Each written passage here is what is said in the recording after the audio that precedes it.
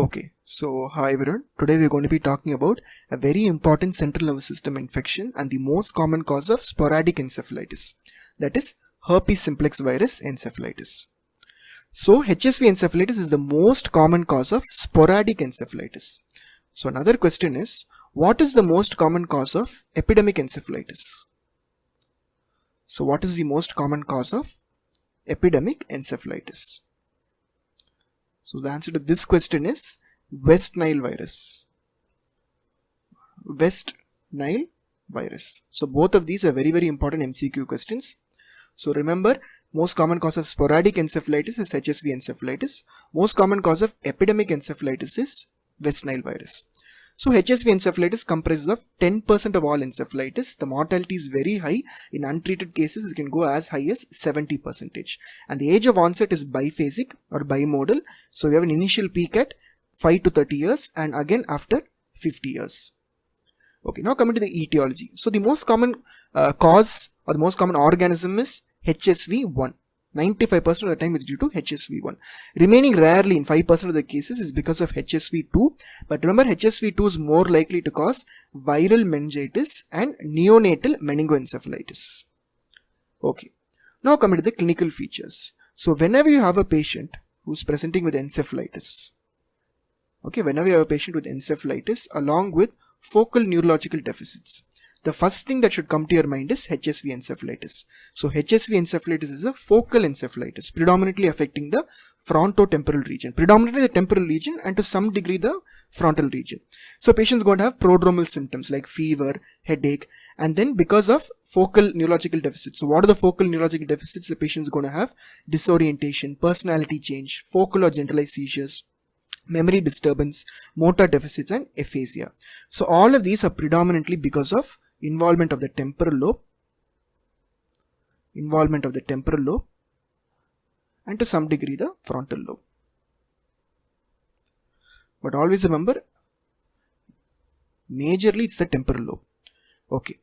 But some patients might have an atypical presentation. So this is seen in children and immunocompromised patients. So these patients are going to have absence of prodromal symptoms, fewer focal signs, and your clinical signs and MRI abnormalities are going to be outside the classical frontotemporal area. So as we discussed earlier, the classical involvement is going to be in the temporal lobe and the frontal lobe. So when you're going to have findings and neuroradiologic findings outside this frontotemporal area, it suggests an atypical presentation.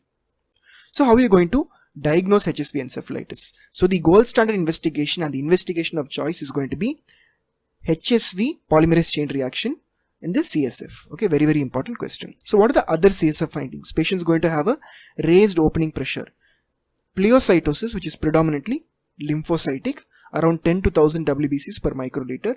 Proteins are moderately elevated, and very important, glucose is going to be normal. And since HSV encephalitis is a hemorrhagic encephalitis, the CSF is also going to have red blood cells and xanthochromia. So remember that sometimes you might get a false negative. So as I told you, the gold standard investigation is HSV PCR. But if this is done before 72 hours of onset of symptoms, sometimes you can get a false negative. Okay, in those cases you might have to repeat the CSF if your clinical suspicion of HSV encephalitis is very high. So let's compare this CSF picture to that of bacterial meningitis.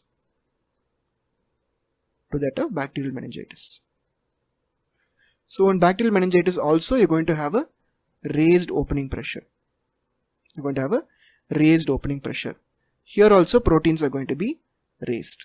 But a very important point is glucose is going to be decreased in bacterial meningitis.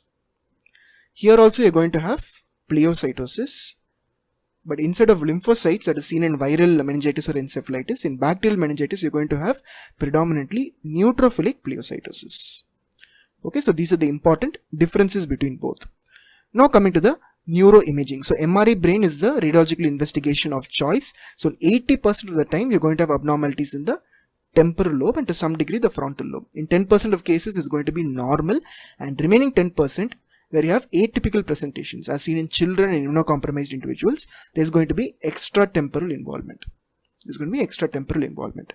So this is an MRI brain of a patient with HSV encephalitis. So here you can see bilateral temporal lobe involvement. So you can see bilateral temporal lobe involvement. It's a classical MRI which is seen in HSV encephalitis. Now coming to EEG. So in EEG you're going to see diffuse slowing, focal abnormalities in the temporal regions, and a very very important MCQ question. You're going to have PLEDS. So what is this PLEDS? It's nothing but periodic lateralizing epileptiform discharges. So let's go have a look at the EEG. So here you can see sharp waves. So this is a sharp wave. Okay, so this is what is known as PLEDS. So it's recurring at a particular duration periodically.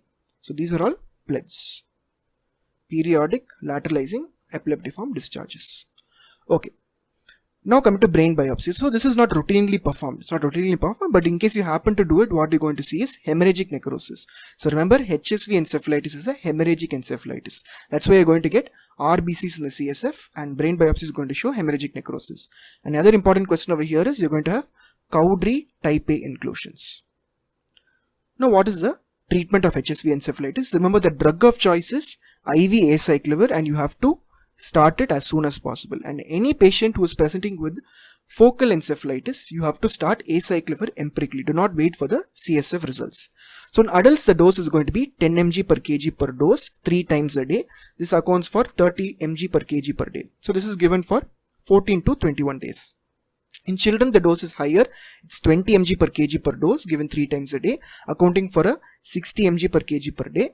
And it's given over 14 to 21 days. But very very important, do not give IV acyclovir as a direct IV bolus. Remember that it has to be diluted and slowly infused over a period of 1 hour to avoid renal dysfunction.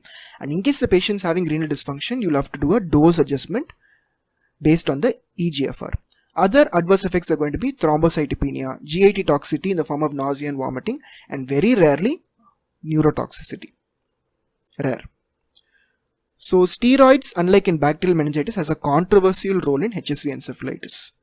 And in case the patient's having acyclovir resistant strain, which is very very rare. Okay, usually most of the HSV strains are sensitive to acyclovir.